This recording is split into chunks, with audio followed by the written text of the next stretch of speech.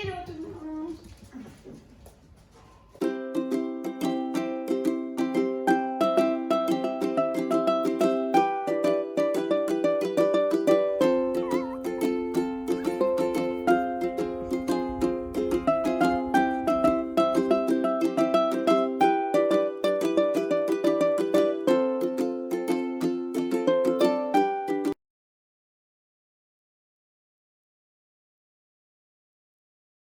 L'insuffisance cardiaque, c'est quoi?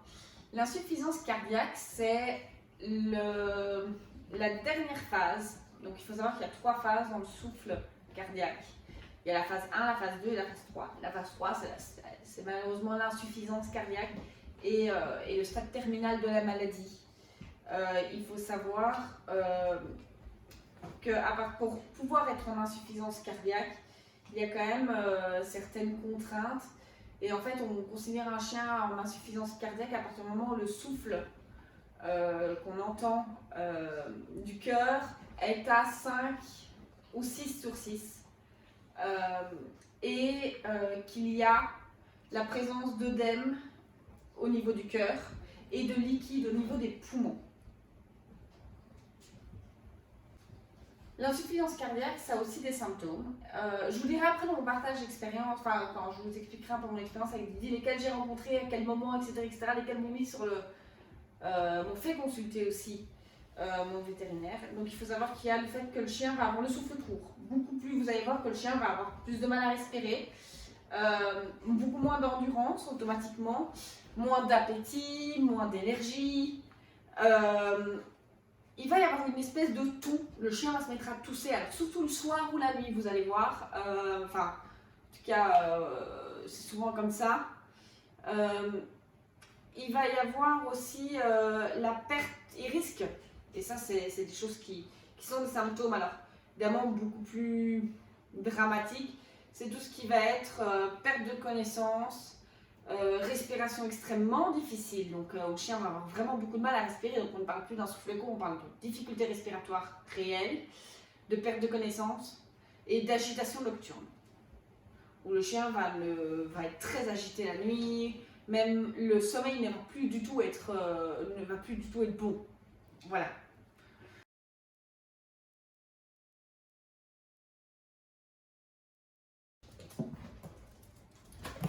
Alors moi, je vais vous partager aussi mon expérience avec Didi.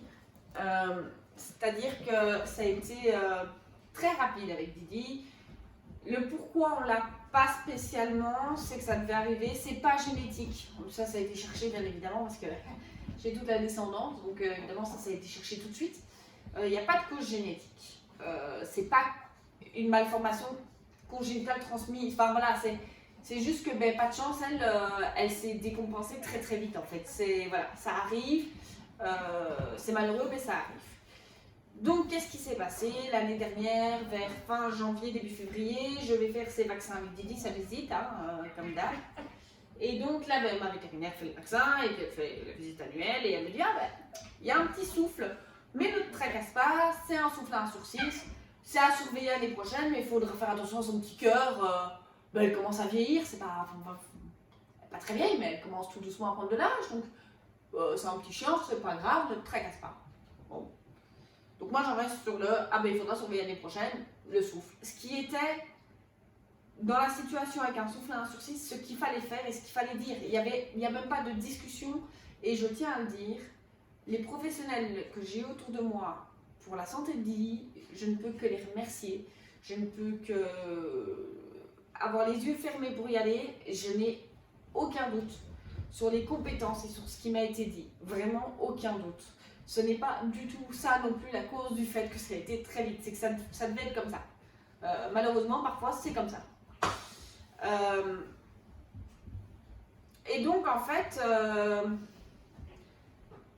on reste là-dessus, les mois continuent, et puis vers le mois de mars, avril, Dior, elle est plus comme d'hab, quoi. Elle mange moins bien, quand je vais la promener, et c'est là que vous allez retrouver les symptômes, en fait. Je trouve qu'elle perd d'endurance. Après, je me dis, mamie devient vieille, quoi. Elle a un peu moins d'endurance, et je dis à mon compagnon, ça commence un peu à me tracasser parce que bon, qu'elle est moins d'endurance, elle vieillit, bon, d'accord. Mais là, elle mange moins bien, ça me tracasse un peu. Et à ce moment-là, bon voilà, il me dit oui, mais c'est Didi quoi, c'est pas grave, tu sais bien, parfois elle mange moins, elle remangera mieux après, bah oui, c'est vrai. Euh, et puis en fait, elle va commencer à tousser. Et moi, je me rends bien compte que ben, voilà, les chihuahuas, ils ont vite tendance à avoir ce qu'on appelle le hoquet inversé, et donc à faire des espèces de. Mais là, je me rends bien compte que c'est pas du tout ça en fait, et que elle tousse le soir. Et je fais c'est bizarre, elle tousse de temps en temps, c'est quoi cette histoire? Et donc je dis bon écoute, je vais chez la vétérinaire. Je prends rendez-vous chez ma vétérinaire, je dis je vous ennuie peut-être pour rien, mais bon, je préfère contrôler, rien. Et là, ben en fait, tout de suite, Didi, elle a un souffle à 3 sur 6 à ce moment-là. Donc, déjà là, en fait, c'est déjà un coup de massue parce que ben, on me dit tout de suite, on va la mettre sous traitement léger. D'accord. Donc, enfin, traitement léger, en gros, 1 ou 2 comprimés, et puis voilà, ça va aller. Faudra faire une écho cardiaque pour quand même surveiller ce qui se passe, pourquoi, qu'est-ce qui déconne, tout ça. Prends rendez-vous, d'accord. Elle me donne les coordonnées d'un cardiologue qui est spécialisé là-dedans, parce qu'elle me dit, moi, je ne suis pas spécialisée dans le cœur, donc il faut que tu ailles voir un spécialiste. Donc, je prends rendez-vous chez le spécialiste avec lequel elle travaille, qui est quelqu'un de très très bien, que je remercie vraiment, parce que pour un professionnel qui est spécialiste, enfin voilà, pour un spécialiste, j'ai trouvé qu'il avait une humanité, mais exceptionnelle, que ce soit envers moi, envers le chien. Il a été exceptionnel, cet homme a été exceptionnel avec nous, et s'il tombe sur cette vidéo, je le remercie vraiment. Et donc je prends rendez-vous pour l'échographie. J'ai rendez-vous 5 jours plus tard. 5 jours. Vous allez me dire, il y a un long week-end dans l'histoire, enfin voilà, je me souviens qu'il y a un long week-end où je ne sais pas aller, donc il y a le samedi, dimanche, enfin voilà. Et donc, mais il y a 5 jours quoi. J'ai rendez-vous, oui, 5 jours après. Et donc, ben, on se tracasse pas trop, on lui donne ses calmants. Enfin voilà. Enfin, on se tracasse pas trop un peu quand même, mais bon.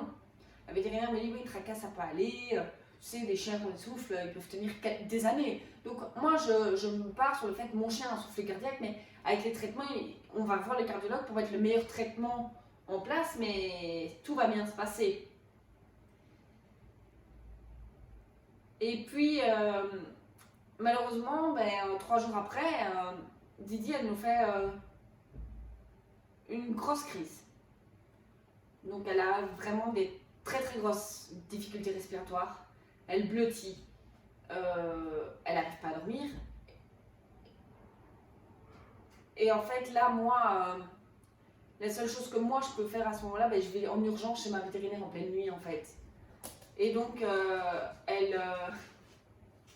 regarde parce qu'il y a beaucoup de vent aujourd'hui. Et donc, Nina est assez. Vous voyez, ça fait un peu de bruit dehors, donc je regardais ce qui se passait. À mon avis, c'est le vent qui bouge des choses sur la terrasse, c'est pas très grave. Et donc, j'en ai dit oui. Et donc, ben, je vais chez la vétérinaire en urgence. Et là, en fait, ben, malgré le traitement léger que Didi prend déjà depuis 3 jours, en fait, son souffle est à 6 sur 6 à ce moment-là. Clairement, elle me dit j'ai l'impression qu'il y a un œdème. Dans le bruit, dans le murmure cardiaque qu'on entend, il y a un œdème. Elle me la met sous respirateur, pardon.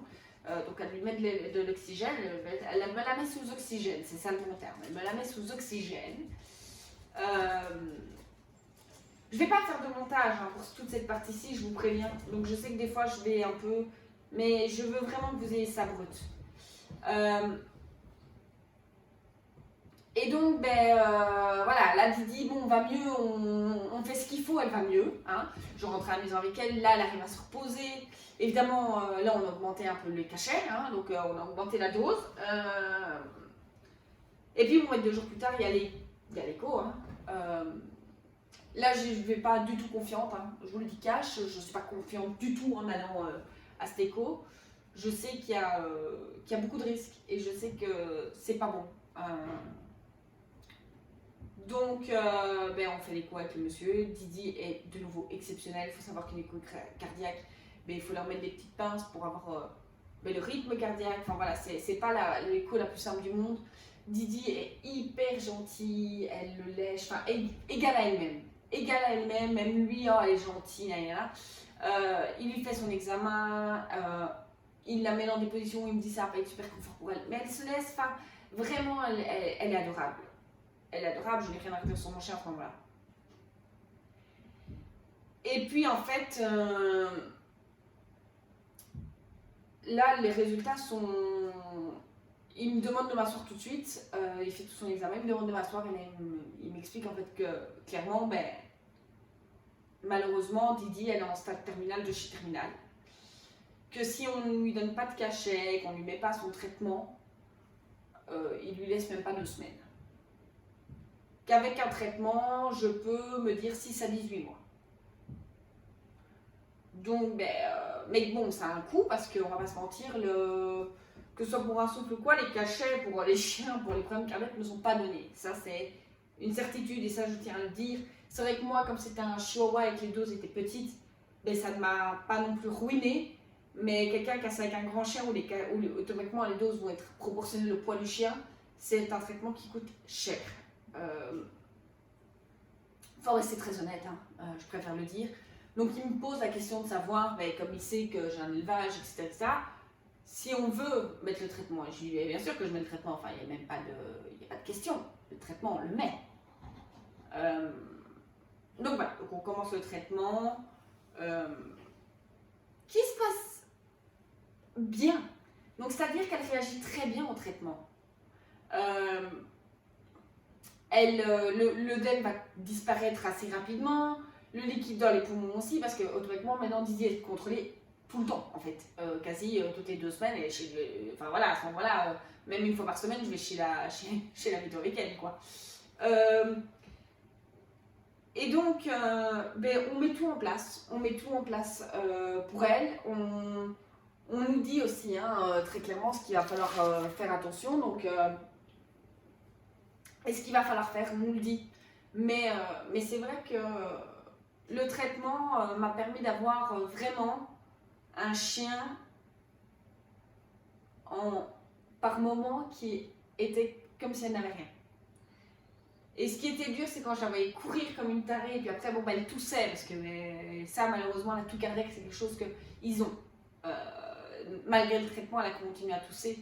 Et donc, par moment, elle toussait. On lui disait, Didi, il faut pas que tu cours, machin. C'était compliqué, parce qu'elle voulait vivre sa vie de chien, et voilà. Mais c'est vrai que, non, vraiment, voilà, comment on a appris la maladie de Didi. Ça, c'est la partie, comment est-ce qu'on a appris. Et maintenant, moi, je vais vous expliquer qu'est-ce qu'on fait une fois qu'on en est là. Oui, il y a un traitement, mais qu'est-ce qu'on fait?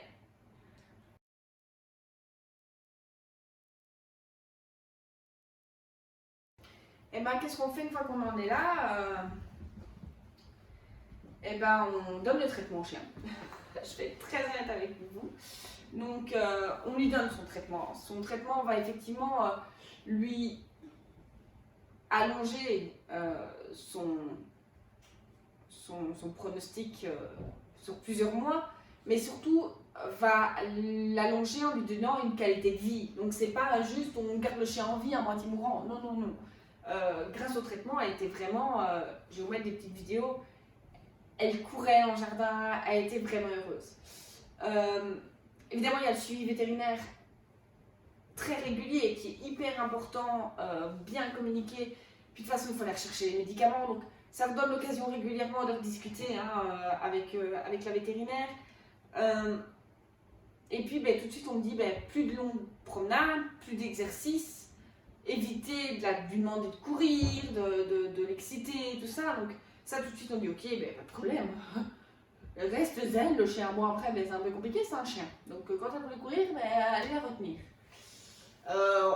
Puis bon, mine de rien, on a commencé à avoir les chaleurs qui sont arrivées.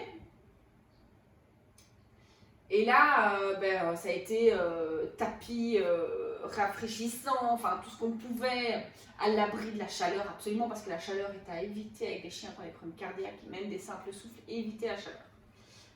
Moi, je pose cette question de est-ce qu'il faut faire attention à la nourriture, parce qu'il existe des nourritures pour les chiens qui ont des problèmes cardiaques. Alors, oui, quand c'est un souffle cardiaque, on me répond qu'effectivement ça peut avoir un intérêt, mais que là, ça n'a aucun intérêt, que ça va faire 10% du truc et que c'est pas ça qui va me la tenir en vie. Soyons très clairs, que donc que je lui donne ce qu'elle veut, soyons clairs, la meilleure life, parce que c'est la fin. Et donc là, on me dit, c'est pas maintenant qu'on va commencer à priver le chien, en fait, soyons clairs. Donc, non, il faut qu'elle mange, donc elle mange ce qu'elle a envie. Bon, on lui donne ce qu'elle a envie de manger.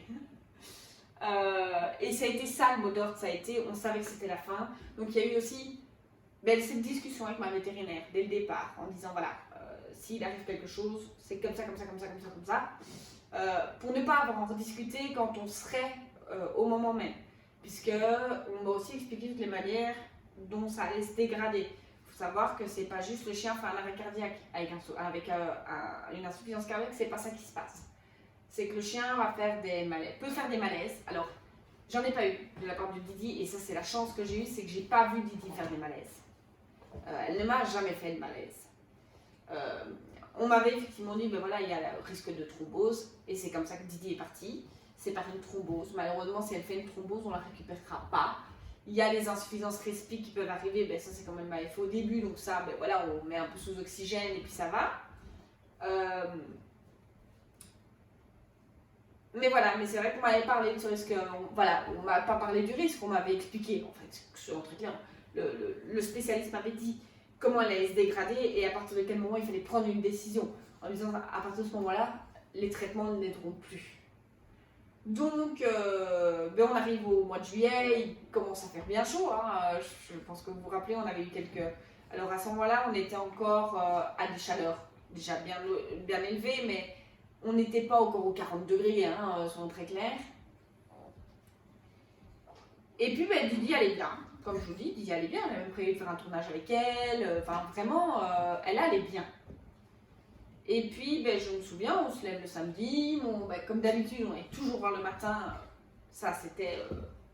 Enfin voilà, à un moment donné on allait quand même, de toute façon même encore maintenant on va tous les matins voir comment vont nos chiens, enfin, c'est logique, le matin on descend, la première chose qu'on fait c'est voir comment vont nos chiens. Et puis là on va, ouais, il dit bonjour, je descends, il me dit, il me dit ah mais c'est bon, tu dis je vais, ouais, ok d'accord, je vais donner ses médicaments, d'accord. Et puis là-dessus, je vais déposer mon fils parce qu'on est un samedi, donc le samedi mon fils va chez mes beaux-parents un petit peu le matin, donc je vais le déposer, voilà. Comme ça nous on peut travailler. Enfin, je peux faire mes contenus justement et c'est pour comme ça, voilà. Comme ça moi je peux m'occuper, voilà, faire du contenu. Et donc je vais le déposer et puis là je reviens et je vais mettre les chiens dehors. Et donc je mets d'abord le premier groupe. Et puis vient le moment de sortir Nina et Didi à ce moment-là, les petits ne sont pas encore là. Et donc j'ouvre et là en fait je vois Didi qui marche 3 pas normaux et puis qui se raidit. Et là je comprends tout de suite ce qui se passe. Je ne me pose même pas la question qu'est-ce qu'elle a, je sais ce qu'elle a. Et là à ce moment-là moi je m'effondre, je prends mon chien, je vais lui faire prendre l'air dehors. Pourquoi j'en sais rien, je vais lui faire prendre l'air dehors. Je vois qu'elle a besoin de faire pipi, donc je la tiens pour qu'elle fasse pipi parce qu'elle était propre, donc elle ne voulait pas faire à l'intérieur. Et donc je l'aide pour essayer de la soulager et j'appelle mon compagnon en hurlant. Et là je lui dis, je vais chez la vétérinaire, c'est la fin. J'appelle ma vétérinaire, je descends en urgence chez elle, enfin voilà. La vétérinaire me dit, viens toujours voir. Mais moi je sais à ce moment-là. Effectivement j'arrive, elle me dit, oui, effectivement, voilà, elle me dit, on pourrait essayer de la récupérer. Je suis pas sûre de la récupérer, mais on pourrait essayer. Parce qu'elle est encore consciente et tout, à ce moment-là, elle ne fait pas de malaise, elle est encore consciente et tout, c'est ça qu'il faut se dire. Hein. Donc elle commence une thrombose par les pattes arrière, mais elle est consciente. Alors consciente, je suis pas sûre qu'elle était totalement consciente, mais elle était encore, elle réagissait encore. Hein. Et elle me dit, mais par contre, ils annoncent 40 degrés la semaine prochaine, Hello. Je dis non, mais de toute façon, non, stop. Là, je lui dis tout de suite, on en a discuté suffisamment. Je t'ai dit que moi, à partir du moment où on arrivait à ce stade-là, on arrêtait. Je veux pas qu'elle souffre. Là, elle souffre. Hier, elle courait partout. Aujourd'hui, elle souffre. On arrête. Je veux pas que mon chien souffre. Je comprends pas qu'on oblige des humains à souffrir, alors on va pas faire souffrir mon chien. C'est pas possible. Donc, là, je prends cette décision. J'appelle mon compagnon. Je lui dis de venir avec lui, d'aller chercher le petit. Enfin, voilà. Tout le monde descend et on va accompagner Didi ensemble. Tous ensemble. Donc, on explique à mon fils, qui lui dit au revoir, voilà, moi je la prends dans mes bras, je l'ai dans mes bras jusqu'au bout, hein, voilà. Donc on l'endort. Moi je continue à lui parler, je lui parle tout du long. Mon fils lui dit ce qu'il a à lui dire et puis lui, mais en même temps à son âge, c'est normal. Lui s'en va à ce moment-là, mon compagnon lui parle aussi, enfin voilà, on lui a dit au revoir comme il fallait, je lui ai dit au revoir dans mes bras. Puis après, voilà, elle est restée dans mes bras. Et puis j'ai même, voilà, comme la vétérinaire dit, elle a attendu que tu lui dises vas-y. Elle a attendu que je lui dise chérie, vas-y, c'est bon, lâche, tu peux y aller. On sera fort et tu peux y aller. Et là, elle est partie. Ça a été compliqué, ça a été dur.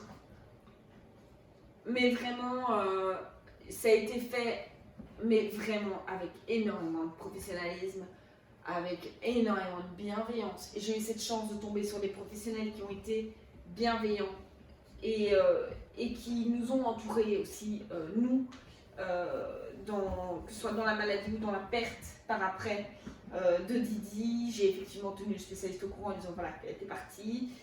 Ça a touché un peu tout le monde, même le spécialiste qui m'a dit c'est dingue, une chaîne aussi gentille et c'est dur que ça tombe sur des chiens comme ça. Mais peu importe le chien, finalement c'est dur quand c'est un cas comme ça où ça arrive, c'est rare, mais ça arrive des cas où on tombe en insuffisance cardiaque sur une semaine en fait. Le chien allait très bien une semaine avant et il dit c'est extrêmement dur, mais ça arrive. Et donc c'est vrai qu'on a eu droit à tout ça et je les remercie. Je sais que j'ai déjà fait, mais je les remercie encore et encore et je les remercierai, je pense, toujours pour ça.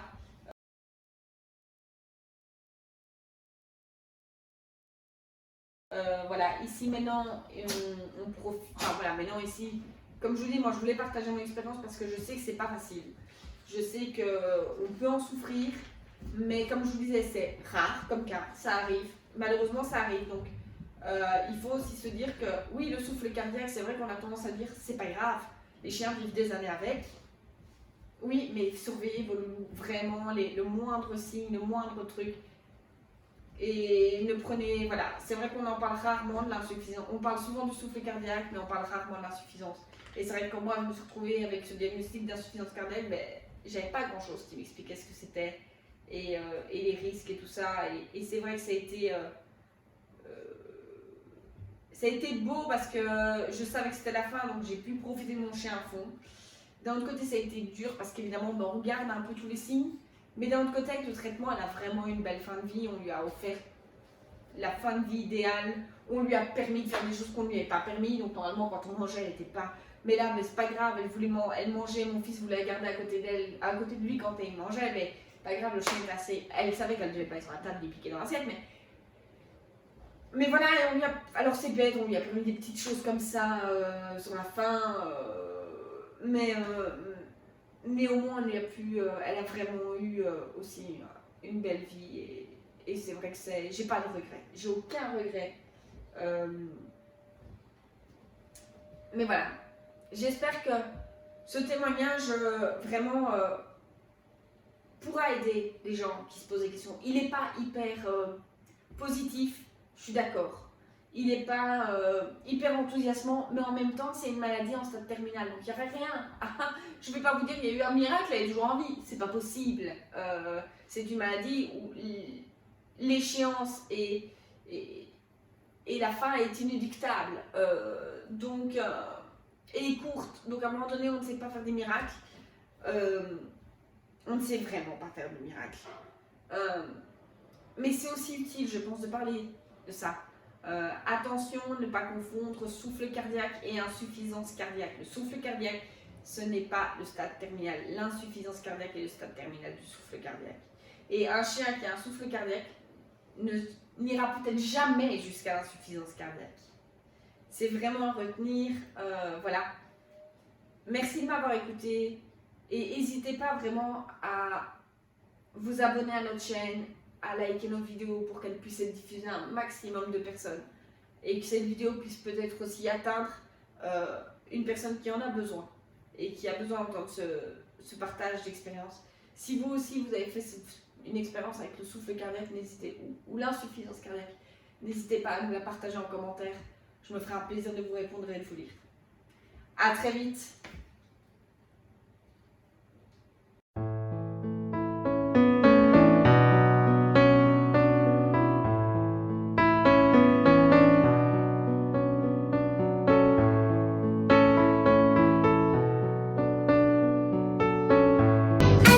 Tout petit, quand il remue la queue, y a de la joie dans